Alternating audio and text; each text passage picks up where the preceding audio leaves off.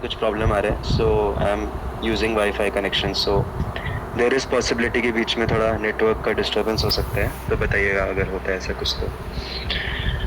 Okay, तो आप सबका स्वागत है गीता टुडे के मॉर्निंग के सेशन में। स्टार्ट करने से पहले हम सभी साथ में प्रेयर्स बोलेंगे। So let me start my screen sharing.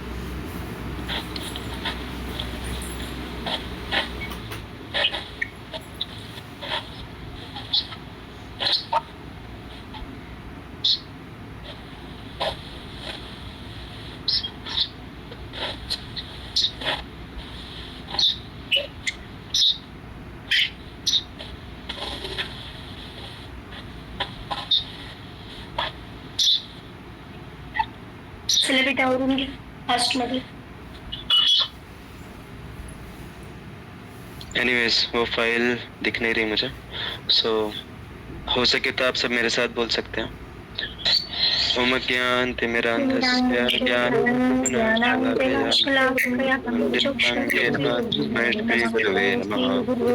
नमः ओम विष्णुपादाय कृष्णाय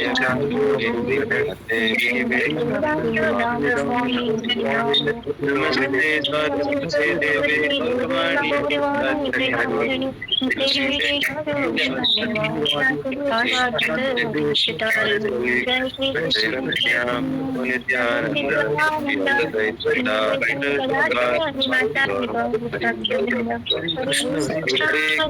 हरे कृष्णा कृष्णा हरे Ram Ram Ram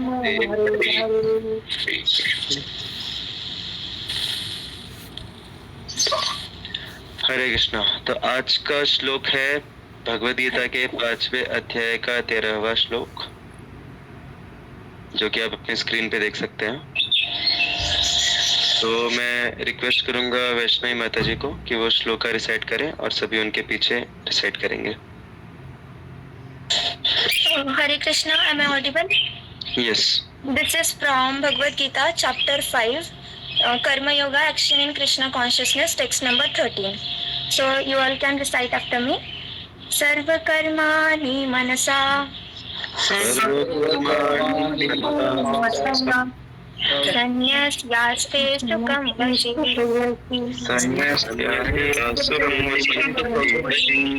Navadvare pure dehi Naiva kurvanna karayan Translation by A.C. Bhaktivedanta Swami Srila Prabhupada. When the embodied living being controls his nature and mentally renounces all the actions, he resides happily in the city of the 9 gates, the material body, neither working nor causing work to be done. Hare Krishna. Thank you. Hare Krishna. Thank you माता जी। तो session start करने से पहले मैं आप सबसे एक सवाल पूछना चाहूंगा। आप में से कौन कौन है जिसको जीवन में किसी न किसी समय पे गुस्सा आया है किसी पे?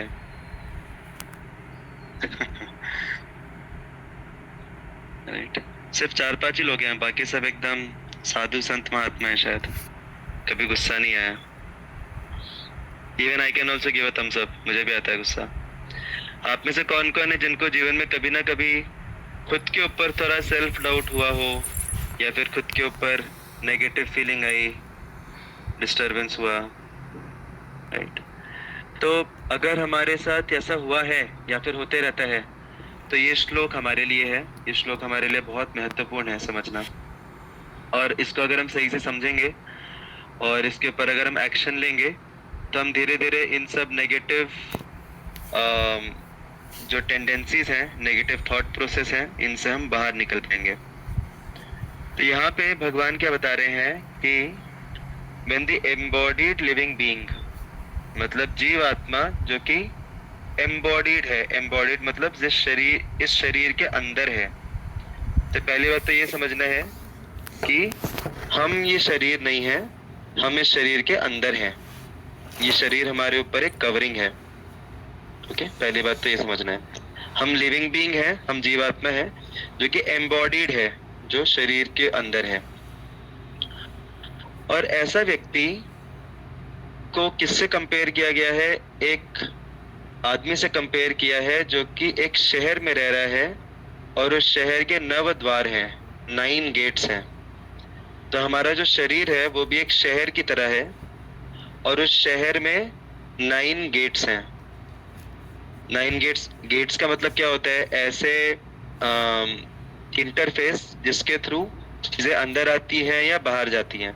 Basically there are 9 holes in our body. तो जैसे कि आईज, 2 होल्स आईज हो गए, 2 होल्स ईयर्स हो गए, एक होल माउथ हो गया। फिर स्किन के अंदर बहुत सारे होल्स हैं। उसके अलावा eyes, nose, ears, mouth, then क्या बोलते हैं उसको, अवर एक्सक्रीटरी ऑर्गन्स, तो उसमें 2 होल्स उधर हो गए। तो ऐसे 8 हो गए और एक होल कौन सा रह गया? Eyes, nose, ears, eyes, nose, ears में ही 6 हो गए। उसके अलावा skin 7 and then excretory organs, तो उसमें 2 हो गए। तो ऐसे करके 9 होल्स की ये जो सिटी है, ये शहर है, इसके अंदर जीवात्मा रह रहा है, इसके अंदर जीवात्मा रिसाइड कर रहा है सिटीजन की तरह। तो यहाँ पे इम्पोर्टेंट पॉइंट ये है समझना कि हम ये शहर नहीं है, हम इस शहर के अंदर रह रहे एक सिटीजन हैं। लेकिन प्रॉब्लम क्या होता है, हम खुद को ये शहर मान बैठते हैं। जैसे कि एक बार एक एक्सपेरिमेंट हुआ था जिसमें कि एक व्यक्ति है, एक पेशेंट को लेटाया गया और उसको बोला गया कि तुम अपना लेफ्ट हैंड ऊपर उठाओ। तो उसने अपना लेफ्ट हैंड ऊपर उठाया और उसके ब्रेन के ऊपर बहुत सारे ऐसे अलग अलग ये लगे हुए थे, वायर्स लगे हुए थे, जो कि सेंसर्स लगे हुए थे, जिसके थ्रू मॉनिटर किया जा रहा था कि उसके ब्रेन का कौन सा पार्ट है जो कि एक्टिवेट होता है जब वो हाथ को ऊपर उठाता है। क्योंकि अल्टीमेटली ब्रेन के अंदर जो भी सिग्नल्स जाते हैं वो सारे इलेक्ट्रिकल सिग्नल्स रहते हैं। तो जो न्यूरल नेटवर्क है उसको ऑब्जर्व करके मॉनिटर पे दिख रहा था कि कौन सा पार्ट ब्रेन का एक्टिव होता है। तो जब उसने हाथ उठाया तो दिखा कि एक पार्ट एक्टिव हो रहा है। और फिर उसके बाद जो डॉक्टर है उसने क्या किया, उसने मैकेनिकली मशीन के थ्रू उसने उसके ब्रेन के उस पार्ट पे इलेक्ट्रिक सिग्नल भेजा। तो जैसे ही इलेक्ट्रिक सिग्नल भेजा वैसे ही उसका वो हाथ ऊपर उठ गया। ओके, उसने खुद से ऊपर नहीं उठाया, उसका वो हाथ ऑटोमेटिकली ऊपर उठ गया। तो ये वेल डॉक्यूमेंटेड एक्सपेरिमेंट है। तो फिर जब उससे पूछा गया कि पहले सिचुएशन में किसने हाथ उठाया, तो वो बोला पहले सिचुएशन में मैंने हाथ उठाया। और फिर उसको पूछा गया कि ठीक है, जो दूसरा सिचुएशन था उसमें किसने हाथ उठाया, उसमें भी आपने हाथ उठाया? वो बोला नहीं, उसमें तो मैंने हाथ नहीं उठाया, उसमें आपने मेरा हाथ उठाया यूजिंग दैट मैकेनिकल अरेंजमेंट। तो इससे क्या समझ में आता है? इससे समझ में आता है कि ये जो शरीर है हमारा, ये सिर्फ एक मशीन है। ये एक मशीन की तरह है। जैसे हम बाहर अलग अलग मशीन्स को यूज करते हैं, कंप्यूटर को, गाड़ी को, कार को, अलग अलग मशीन्स को हम यूज करते हैं, उसी प्रकार से ये शरीर भी सिर्फ और सिर्फ एक मशीन है।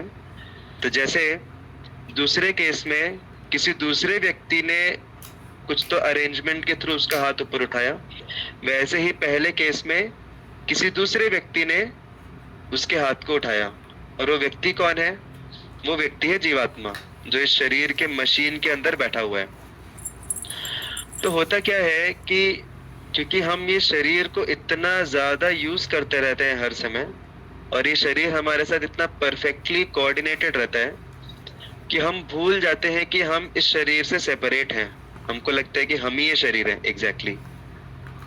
तो कैसे समझ में आता है कि हम ये, जैसे गाड़ी हम चलाते हैं, आप में से जिसको भी कार चलाने का एक्सपीरियंस है, तो जब हम कार नया नया सीखते हैं तो हम बहुत कॉन्शियस रहते हैं हर एक चीज के बारे में कि गियर कौन सा बदलना है। कई बार लोग रट्टा मारते हैं कि इतना स्पीड होने के बाद इस गियर में डालना है, इतना स्पीड होने के बाद इस गियर में डालना है। राइट। और सबसे ज्यादा प्रॉब्लम कोई बता सकता है शुरू शुरू में गाड़ी सीखते सबसे ज्यादा प्रॉब्लम किस चीज में होती है? क्लच यूज करने में। क्लच। हाँ एग्जैक्टली मुझे लगा था अलग अलग आंसर आएंगे, but all of you agree with me. वो क्लच का और गियर का जो कोऑर्डिनेशन रहता है सबसे ज्यादा डिफिकल्ट वही जाता है। कभी कभी हम क्लच जल्दी छोड़ देते हैं, गियर चेंज करने से पहले तो गाड़ी धक धक करके रुक जाती है, और कभी कभी हम क्लच छोड़ते ही नहीं है तो गियर में आ ही नहीं पाती गाड़ी। सबसे ज्यादा टाइम उसमें लगता है सीखने में। तो हम जब शुरू शुरू में गाड़ी सीखते हैं तो बहुत सारी चीजों को कॉन्शियसली हमें करना पड़ता है। हम ऑटोमेटिकली कंपैटिबल नहीं रहते गाड़ी के साथ, लेकिन कुछ समय बाद जैसे जैसे चलाते जाते हैं हम, everything become so normal, everything become so natural. हमको सोचना भी नहीं पड़ता, हमारे इच्छा मात्र से चीजें होती हैं। Right, you all have experience. हम जस्ट इच्छा करते हैं कि गाड़ी इस तरफ जानी है, गाड़ी ऑटोमेटिकली उस तरफ चले जाती है। हम जस्ट इच्छा करते हैं कि हमको सोचना भी नहीं पड़ता कि कौन से गियर में डालना है, जस्ट इच्छा करने से हम उस गाड़ी को उस गियर में डाल देते हैं। ऑटोमेटिकली हमारे हाथ पैर सब कुछ पूरा प्रॉपर कोऑर्डिनेशन होता है। तो उसी प्रकार से जब हमें ये शरीर मिलता है, आप में से जिनको भी बच्चे हैं आपको ये एक्सपीरियंस होगा कि जब बच्चा पैदा होता है तो शुरू शुरू में उसके लिए हर चीज बहुत ही नई रहती है, बहुत ही न्यू रहती है। इसलिए बच्चा कई बार रोता है, परेशान होता है। ऑफ कोर्स एक कारण रोने का ये भी रहता है कि वो एक प्रकृति का अरेंजमेंट है जिससे उसके लंग्स फ्री हो, that is one more reason. But उसके अलावा और एक, अभी लंग्स फ्री हो गए उसके बाद भी बच्चा रोते रहता है। ऐसा नहीं कि शुरू में रोता है सिर्फ, जब तक उसको अच्छे से प्रॉपर सेंस नहीं आता, कोई भी छोटा मोटा अगर चेंज हो गया तो वो रोना शुरू कर देता है। क्यों रोना शुरू कर देता है? क्योंकि उसके लिए ये शरीर उसी प्रकार से है कि हम नई गाड़ी चला रहे हैं, उसको एक्सपीरियंस नहीं है इस शरीर का, क्योंकि पिछले जन्म में कोई और शरीर का एक्सपीरियंस था। तो जब जीवात्मा एक नया शरीर धारण करता है तो उसको थोड़ा समय लगता है उसके साथ कंपैटिबल होने में। इसलिए शुरू में बहुत परेशान होता है बच्चा, पूरा एनवायरनमेंट नया रहता है, पूरा शरीर नया रहता है, आदत नहीं रहती उसको। और अभी हम लोग को बहुत नेचुरल लगता है कि हम लोग सारी चीज़ों को देख पाते हैं और डिस्टेंस हम देख पाते हैं, चीज़ों को डिफरेंट डिस्टेंस पे हम एनालाइज कर पाते हैं। हमको लगता है कि हम कर रहे हैं ये, लेकिन ये सारे सेंसेस नेचुरल नहीं होते। ये सारे सेंसेस धीरे धीरे करके डेवलप होते हैं हमारे बॉडी में। मुझे खुद का एक्सपीरियंस है, मेरे भांजे अभी रिसेंटली 1.5 साल के हैं अभी, तो मुझे खुद का एक्सपीरियंस है कि हमारे लिए जो नेचुरल है, अभी मेरे सामने ये पर्दा है और ये दीवार है, तो मैं पर्दे को और दीवार को डिस्टिंक्टली आइडेंटिफाई कर पा रहा हूँ और ये मुझे बहुत नेचुरल लग रहा है, तो ऑब्वियस है कर पाना चाहिए। लेकिन नए छोटे बच्चे के लिए उसको सब कुछ एक जैसा दिखता है, मतलब they can not distinctly identify different objects as being different. सब कुछ एक जैसा दिखता है और एक समय के बाद ये सेंस डेवलप होता है कि ये अलग है, ये अलग है, और तब जाके फिर वो जो बच्चा रहता है वो पकड़ने की कोशिश करता है हर चीज को। क्यों पकड़ने की कोशिश करता है? क्योंकि उसका अलग अलग दिख रहा है, ये चीजें डिस्टिंक्टली दिख रही हैं। ये सेंस एक समय के बाद डेवलप होता है, कुछ महीनों बाद डेवलप होता है। फिर कुछ महीनों के बाद डिस्टेंस का सेंस डेवलप होता है कि ये डिस्टेंस पे है, ये पास में है। शुरू में वो भी नहीं रहता, इसलिए फिर चीजों को, पास की चीजों को पकड़ता है, मुंह में डालने का कोशिश करता है। तो ये सारी चीजें जो है शरीर में, इसके साथ जो आत्मा है वो धीरे धीरे करके कंपैटिबल होना शुरू होती है। तो शुरू में भी हमें समय लगता है कंपैटिबल होने में, फिर बीच का फेज रहता है जिसमें हम अच्छे से कंपैटिबल हो पाते हैं, हमको लगता है हम ये शरीर है। और फिर जब बुढ़ापा आता है तो उस समय वापस से कंपैटिबिलिटी कम होने लग जाती है, क्योंकि शरीर के पुर्जे पुराने हो गए हैं, अभी शरीर पुराना हो गया है। तो जैसे अगर हम गाड़ी भी चला रहे हैं तो शुरू शुरू में जब हम सीखे नहीं होते हैं तब हमें थोड़ा मुश्किल जाता है कंपैटिबल होना, लेकिन जब गाड़ी बहुत पुरानी हो जाती है तो फिर हो सकता है कि हम वही बटन दबाएं, वही गियर चेंज करें, लेकिन उतना प्रॉपरली हो ना पाए। वहाँ पे भी कोऑर्डिनेशन में प्रॉब्लम आता है क्योंकि गाड़ी पुरानी हो गई है। तो उसी प्रकार से ये शरीर सिर्फ एक मशीन है, लेकिन हमारे जीवन के कुछ क्षणों में, जवानी में या फिर मिडिल एज तक, इतना प्रॉपर कोऑर्डिनेशन लगता है कि हमको लगता है कि हम ये शरीर है। लेकिन अगर हम अपने बचपने को देखें और अपने बुढ़ापे को ऑफ कोर्स देखें नहीं, समझें, या दूसरों के बुढ़ापे को देखें, तो इट्स वेरी क्लियर कि we are not this body, we are separate from this body, हम इस शरीर से अलग हैं। तो लेकिन हम इतने एब्जॉर्ब हो जाते हैं शरीर में कि हमको लगता है कि हम ही ये शरीर हैं। जैसे मैंने बोला कि जब हम गाड़ी चलाना सीख जाते हैं तो हमारे इच्छा मात्र से गाड़ी चलती है। ऑफ कोर्स करना पड़ता है हमको, बट हम कॉन्शियसली नहीं करते, हम बस इच्छा करते हैं, चीजें हो जाती हैं, गाड़ी इस तरफ मुड़ जाती है, गियर चेंज हो जाता है। उसी प्रकार से जीवात्मा जो रहता है वो सिर्फ इच्छा करता है। हमने पहले भी डिस्कस किया है कि हम एक्चुअली कोई भी कार्य नहीं करते। जैसे हम जब गाड़ी चलाते हैं तो हम specially this is more evident in गाड़ीज हैविंग पावर स्टीयरिंग। किसी ने एक्सपीरियंस किया पावर स्टीयरिंग गाड़ी चलाया और विदाउट पावर स्टीयरिंग गाड़ी चलाने का एक्सपीरियंस है किसी को? दोनों प्रकार की गाड़ी चलाने का किसी को एक्सपीरियंस है? आपको पता होगा कि कितना डिफिकल्ट होता है। Without power gear, power steering वाली जो गाड़ी रहती है उसको पूरा ऐसे पूरा घुमाना पड़ता है तब जाके गाड़ी मुड़ती है, और पावर स्टीयरिंग में हल्का सा ऐसे करो तो गाड़ी उस डायरेक्शन में चले जाती है। क्योंकि जब हम स्टीयरिंग घुमाते हैं तो एक सिग्नल जाता है, और सिग्नल जाता है, सिग्नल जाने के बाद अंदर पूरा एक मशीनरी है, वो मशीनरी गाड़ी को चलाता है। हमको लगता है कि हम गाड़ी चला रहे हैं, लेकिन हम सिर्फ डिजायर कर रहे हैं, हम सिर्फ इनपुट दे रहे हैं गाड़ी को, अंदर का जो मैकेनिज्म है वो गाड़ी को चला रहा है। उसी प्रकार से हम जब सिटी में रहते हैं, जैसे हम लोग अपने घर पे रहते हैं, तो घर पे अगर किसी को पूछा जाए कि आपके घर पे पानी कहाँ से आता है, तो क्या बोलेंगे हम लोग? पानी कहाँ से आता है? नल से। हाँ, नल से आता है पानी। लेकिन और हमको लगता है कि नल से आ रहा है, मतलब हम बस नल के इसको क्या नॉब को घुमा रहे हैं और उससे पानी आ रहा है। लेकिन हम कभी कभी ये भूल जाते हैं कि नल के पीछे पूरा ऑर्गेनाइजेशन है, पूरा एक कॉरपोरेशन है जो कि मेक श्योर कर रहा है कि जब हम वो नल घुमाएं तो पानी आए। तो क्या हमारे नल घुमाने से पानी आ रहा है? नहीं, उसके पीछे पूरा एक वाटर, क्या बोलते हैं, वाटर मिनिस्ट्री है, और डैम्स हैं बड़े बड़े, वहां से पाइपलाइंस पूरी सेटअप की गई हैं, पूरा कनेक्शन बिठाया है, और तब जाके फाइनली हम जब उसको घुमाते हैं या फिर बटन दबाते हैं, कुछ भी करते हैं, तब जाके पानी आता है।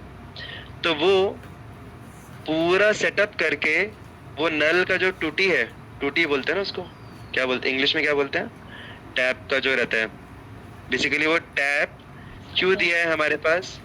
उस टैप से कुछ नहीं हो रहा। अगर सरकार ने पानी बंद कर दिया तो आप कितना भी घुमाते रहो कुछ नहीं होगा, कुछ पानी नहीं आएगा उसमें से, राइट? तो वो सिर्फ नल क्यों लगा के रखा है? जिससे हम अपनी इच्छा व्यक्त करें पानी के लिए। हम बस अपनी इच्छा व्यक्त करते हैं पानी के लिए घुमा के उसको, और उसके पीछे पूरा जो मैकेनिज्म है वो फिर एक्टिवेट होके हमारे मेक श्योर करता है कि हमें पानी मिले। जैसे अभी गैस का काफी प्रॉब्लम हो रहा है, सिलेंडर वगैरह का, तो लोगों को लग रहा है कि अरे खाना बनाना गैस कितना नेचुरल है हमारे लिए, लेकिन उसके अभी जाके मुझे भी पता नहीं था कि हमारे घर में जो गैस सिलेंडर आता है उसके पीछे कितना हिस्ट्री रहता है, वो कहाँ से आता है, कितना सैंक्शन लगता है। वो जब वॉर्स होती है, जब सैंक्शन बंद हो जाता है, तब जाके पता चलता है कि अच्छा यहाँ से आता था क्या सिलेंडर, राइट? तो हमको कई बार पता नहीं चलता पीछे का मैकेनिज्म, लेकिन सब कुछ एक्ट होता है। हमको लगता है कि हमारे बलबूते पे चीजें हो रही हैं, लेकिन हमारा पार्ट बहुत मिनिमम रहता है, हमारा पार्ट सिर्फ इच्छा व्यक्त करने का रहता है। तो इसी प्रकार से हम जब इस शरीर के साथ डील करते हैं तो हमारा पार्ट सिर्फ इच्छा व्यक्त करने का रहता है। जब हम इच्छा व्यक्त करते हैं तो फिर परमात्मा जो है वो हमारी इच्छा को सेंस करके उसको सैंक्शन देते हैं, उसको परमिशन देते हैं। और क्योंकि ये प्रकृति परमात्मा के अधीन है, परमात्मा इस पूरे प्रकृति के ईश्वर हैं, तो परमात्मा के परमिशन की वजह से, अनुमति की वजह से प्रकृति एक्ट करना शुरू करती है, और फिर प्रकृति इस मशीन को चलाती है, हमारे शरीर के मशीन को, और हमको लगता है कि हम चला रहे हैं। जैसे ये उसी प्रकार से हो गया, हमको लगता है कि हमारे नल घुमाने से पानी आ रहा है, ये उसी प्रकार से हो गया। हम जब नल घुमा रहे हैं, अगर पीछे से पानी नहीं दिया गया, डैम से पानी नहीं छोड़ा, अगर अनुमति नहीं दी गई, अगर हमने पानी का बिल नहीं भरा काफी महीनों से, तो कनेक्शन कट हो जाएगा, तो उसी प्रकार से अगर हमें परमात्मा का सैंक्शन नहीं मिला, प्रकृति का सैंक्शन नहीं मिला, तो हम कितना भी इच्छा व्यक्त करें हम चीजों का नहीं कर पाएंगे। और इसीलिए कई बार ऐसा होता है, आप सबके साथ अगर होता है तो आप थम्स अप कीजिए, कि हमारी इच्छा कुछ और होती है और हमारे शरीर से हो कुछ और जाता है। कई बार गलतियां हो जाती हैं, हम बोलना कुछ और चाहते हैं, मुंह से निकल कुछ और जाता है, राइट। ये आई थिंक सबके साथ हुआ होगा। तो इवन सेशंस में भी हम लोग कुछ सेशन भी देने वाले रहते हैं, माइंड में कुछ और प्रिपेयर करके आते हैं, बोलना कुछ और रहता है, मुंह से कुछ और ही निकल जाता है। इसकी वजह से कई बार रिलेशनशिप में भी प्रॉब्लम्स हो जाती हैं। और हम एक्सपर्टली चीज़ों को करना चाहते हैं, बट कई बार शरीर कोऑपरेट नहीं करता। और स्पेशली अगर किसी को पैरालिसिस अटैक हो जाता है, तब तो वो कितनी भी इच्छा करे, उसके हाथ पैर काम नहीं करते, क्योंकि इच्छा कर रहा है वो, लेकिन प्रकृति के द्वारा उसको सैंक्शन नहीं मिल पा रहा। नल घुमा रहा है लेकिन पानी छोड़ा ही नहीं जा रहा पीछे से। तो इस प्रकार से हम समझते हैं कि हमारा जो इस शरीर के अंदर वास है वो उसी प्रकार से है कि एक नागरिक एक सिटी के अंदर वास कर रहे हैं। तो हमें जो भी सुख सुविधाएं मिल रही हैं वो सिटी के थ्रू मिल रही हैं। वैसे ही हमें जो भी इस शरीर में अलग अलग कैपेबिलिटीज मिल रही हैं वो प्रकृति द्वारा हमें प्रदान की जा रही हैं। लेकिन प्रॉब्लम कब होता है? प्रॉब्लम होता है जब खुद को ये शरीर मान बैठते हैं, हम जब खुद को ये सिटी मान बैठते हैं। अगर व्यक्ति खुद को सिटी मान ले तो सिटी में कहीं पे भी कुछ भी होगा उसको लगेगा मेरे साथ हो रहा है ये। तो जैसे इसका एक बहुत अच्छा उदाहरण है क्रिकेट मैच। अभी क्रिकेट मैच में जो वो 10 लोग रहते हैं, 11 लोग रहते हैं टीम में, 11 लोग रहते हैं आई थिंक, राइट। तो वो 11 लोग जो क्रिकेट मैच खेल रहे हैं उनसे हमारा कुछ लेना देना है क्या? पर्सनली स्पीकिंग कुछ लेना देना नहीं है। लेकिन वो 11 लोग तो हम समझते हैं कि 11 लोग भारत को रिप्रेजेंट कर रहे हैं। और अगर ये 11 लोग उस पर्टिकुलर मैच में हार गए तो हमको लगता है हम हार गए, राइट। होता है हमारे साथ, हम हार गए, हमको हमारे अस्तित्व के ऊपर डाउट होने लग जाता है कि हम हार गए, भारत हार गया। हारा कौन है? वो 11 लोग हारे हैं, राइट। लेकिन इसकी वजह से लोग डिप्रेशन में चले जाते हैं, लोग टीवी फोड़ देते हैं अपना। ऑफ कोर्स ऐसा सुनने में आया है, आई डोंट नो हुआ है कि नहीं। लोग टीवी फोड़ देते हैं, लोग जो 11 लोग हैं उनके घर को जला देते हैं कभी कभी गुस्से में आके। और जब वो जीत गए तो इनको खुशी होती है कि हम एज इफ हम लोग जीत गए हैं, राइट। बट कुछ कनेक्शन नहीं है, वो अलग कुछ तो लोग हैं, हम अलग हैं, लेकिन फिर भी एक कनेक्शन बैठ गया है। उसी प्रकार से हमारे शहर में, हमारे देश में कुछ भी होता है हमको लगता है हमारे साथ हो रहा है ये, क्योंकि ये आइडेंटिटी हमारी जो है, हमने शहर से खुद को आइडेंटिफाई कर लिया है। हमको लगता है कि हमारा अस्तित्व हमारे शहर के अस्तित्व के साथ जुड़ा हुआ है, लेकिन कुछ भी कनेक्शन नहीं है, हम अलग हैं। ऑफ कोर्स इट अफेक्ट्स, हमारे शहर में जो कुछ होगा वो हमें भी अफेक्ट करेगा, बट ऐसा नहीं कि हम ही ये शहर हैं। लेकिन ऐसा क्यों होता है? हम शहर के अलग अलग एक्टिविटीज के साथ खुद को आइडेंटिफाई करने के लिए बीच में लिंक क्या रहता है? बीच में लिंक रहता है मीडिया, स्पेशली न्यूज़पेपर।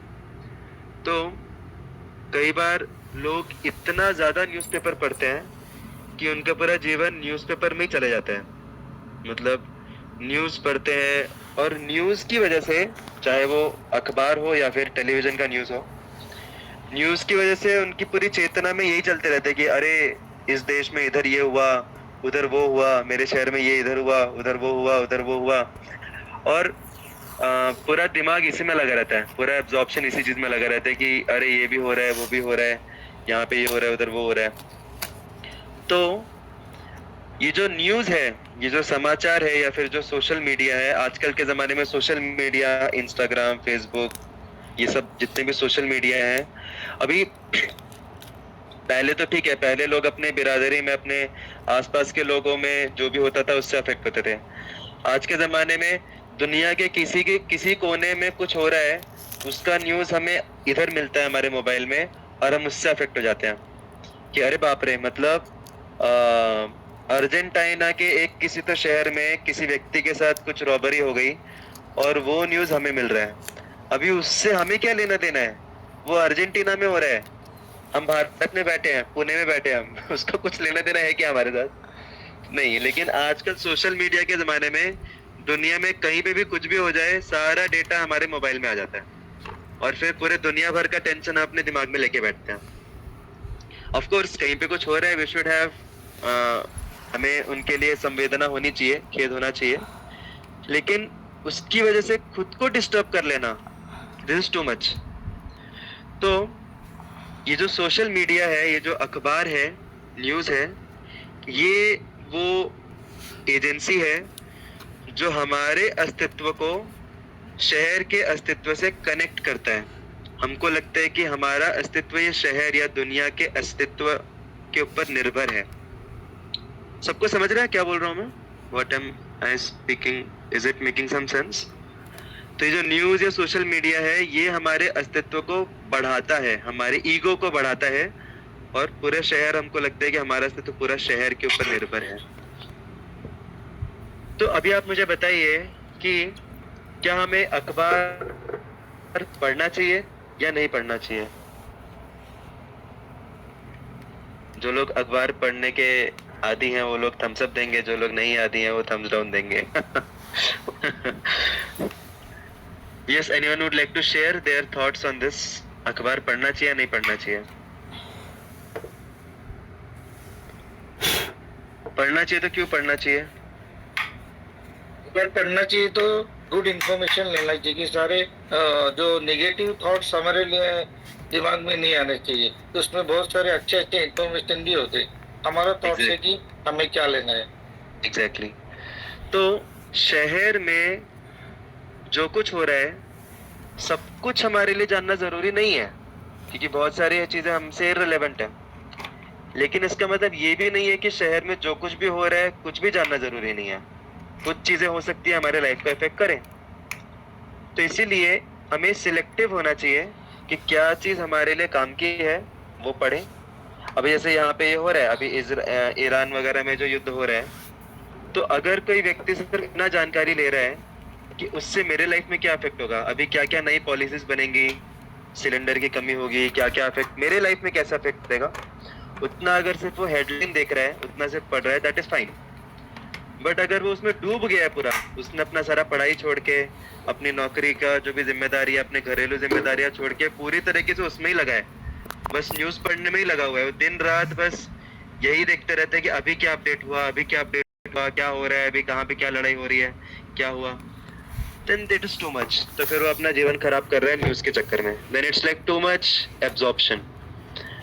तो उसी प्रकार से हम जब अपने शरीर रूपी शहर में रह रहे हैं, तो हमें हमारे शरीर से कनेक्ट करने वाली चीज होती है हमारे सूक्ष्म शरीर, मतलब हमारा मन, खास करके हमारी चेतना। वो जो चेतना है, वो चेतना हमारे शरीर को, हमारे आत्मा को कनेक्ट करती है, जिस प्रकार से अखबार हमको हमारे शहर से कनेक्ट करता है। तो अभी हमारे चेतना में बहुत अलग अनेक प्रकार के विचार आते हैं, हमारे बहुत सारी टेंडेंसीज रहती हैं, हमारे बहुत सारे स्वभाव रहते हैं। तो ज़रूरी नहीं है कि हर एक स्वभाव को हम बहुत ज़्यादा सीरियसली लें, उसमें बहुत ज़्यादा एब्जॉर्ब हो जाएं, क्योंकि जितना ज़्यादा हम अपने स्वभाव में, हम अपने मन के जो थॉट्स हैं उनमें जितना ज़्यादा हम एब्जॉर्ब होंगे, उतना ज़्यादा हमारी शारीरिक चेतना बढ़ेगी। तो मैं एक सिंपल से उदाहरण के साथ डिस्कशन को एंड करूंगा आज के। हो सकता है थोड़ा सा 3-4 मिनट एक्स्ट्रा जाए आज, बट एनीवेज आप लोगों का आदत है इस चीज़ की। तो जैसे हमारे शरीर की कुछ चीज़ें ज़रूरतें हैं, जैसे कि आहार, निद्रा, भय, मैथुन, ये शरीर की आवश्यकताएं हैं। खाना पीना, सोना, खुद को प्रोटेक्ट करना और मैथुन, ये चारों चीज़ें ज़रूरी हैं।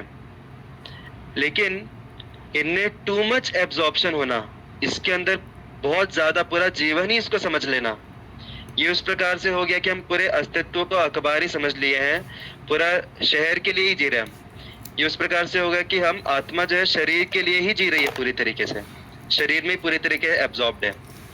और फिर ये अगर 4 चीजों में हमारा बहुत ज्यादा एब्जॉर्प्शन है तो ये 4 चीजें हमें पाप कर्मों की तरफ लेके जाती हैं। अगर हमारा आहार में बहुत ज्यादा एब्जॉर्प्शन है तो फिर ऐसे लोग फिर आगे जाके फिर कुछ भी खाते हैं, इवन मांसाहार भी करते हैं, क्योंकि पूरे जीवन का लक्ष्य क्या है? बस मुझे अच्छा खाना है, जो मुझे पसंद है वो खाना है, चाहे वो कुछ भी हो। टू मच एब्जॉर्प्शन इन आहार, टू मच एब्जॉर्प्शन इन निद्रा लीड्स टू इंटॉक्सिकेशन, क्योंकि निद्रा में हम सब कुछ भूल जाते हैं और हमको सब कुछ भूलना है तो उसके लिए लोग नशा पान करते हैं, नशीले पदार्थों का सेवन करते हैं। टू मच एब्जॉर्प्शन इन मैथुन, it leads to illicit sex, अवैध संबंध बनाना, कि जीवन का लक्ष्य ही वही है, बस सेक्स लाइफ एंजॉय करना है, तो फिर उससे व्यक्ति पाप कर्म करता है, अवैध संबंध बनाता है। And too much absorption in defending, खुद को बचाना, खुद को बचाने के लिए फाइनेंशियल सिक्योरिटी होनी चाहिए, अनेक प्रकार की सिक्योरिटी होनी चाहिए, तो उसके लिए लोग क्विक शॉर्टकट्स अपनाते हैं, गैम्बलिंग करते हैं, अनैतिक कार्य करते हैं, दूसरों को हानि पहुंचाते हैं।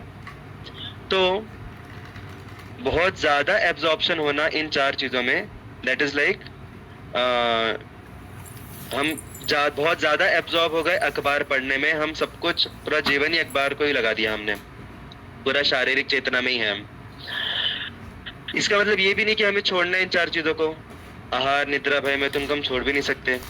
तो जिस प्रकार से अखबार में हम इम्पोर्टेंट चीजें पढ़ते हैं, सिर्फ हेडलाइंस पढ़ते हैं, जितना जरूरी है उतना ही जानकारी लेते हैं, इसलिए हमें इसी प्रकार से इन 4 चीजों को हमें जितना जरूरी है उतना करना चाहिए, कि हम सात्विक आहार खाएं, जितना जरूरी है हमारे शरीर को पोषण करने के लिए उतना आहार खाएं, निद्रा सफिशिएंट लें जितना होना चाहिए, फिर भय और मैथुन भी सफिशिएंटली करें जितना जरूरी है।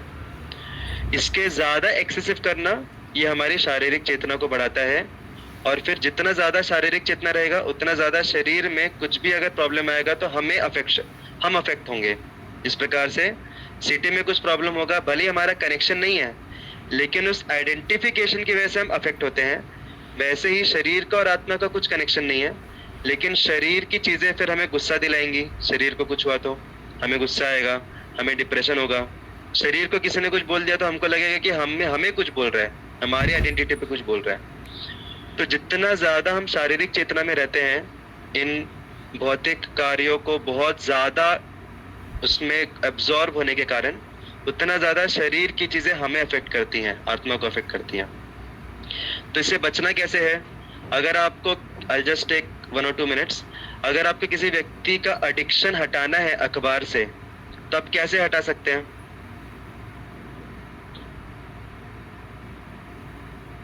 देखो, पहली बात तो ये है कि जबरदस्ती उसको बोल के कि नहीं अखबार मत पढ़ो, ऐसे जबरदस्ती उसको हटा सकते हैं।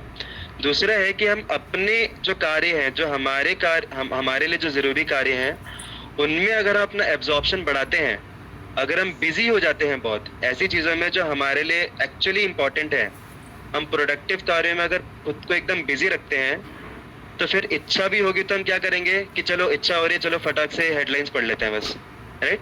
होता है हमारे साथ। कभी हम बहुत अगर बिजी रहते हैं अपने कार्यों में, तो हम बहुत ज्यादा टाइम पास नहीं करते, हम सिर्फ नीडफुल चीजें करते हैं। तो इसी प्रकार से जो योगी रहता है, जो भक्त रहते हैं, वो अपने आध्यात्मिक जीवन में इतना अपना रुचि बढ़ाते हैं, आध्यात्मिक जीवन को इतना इंटेंसिटी के साथ करते हैं कि क्योंकि अल्टीमेटली आत्मा का जो ऑक्यूपेशन है, आत्मा का जो जिम्मेदारी है, वो क्या है?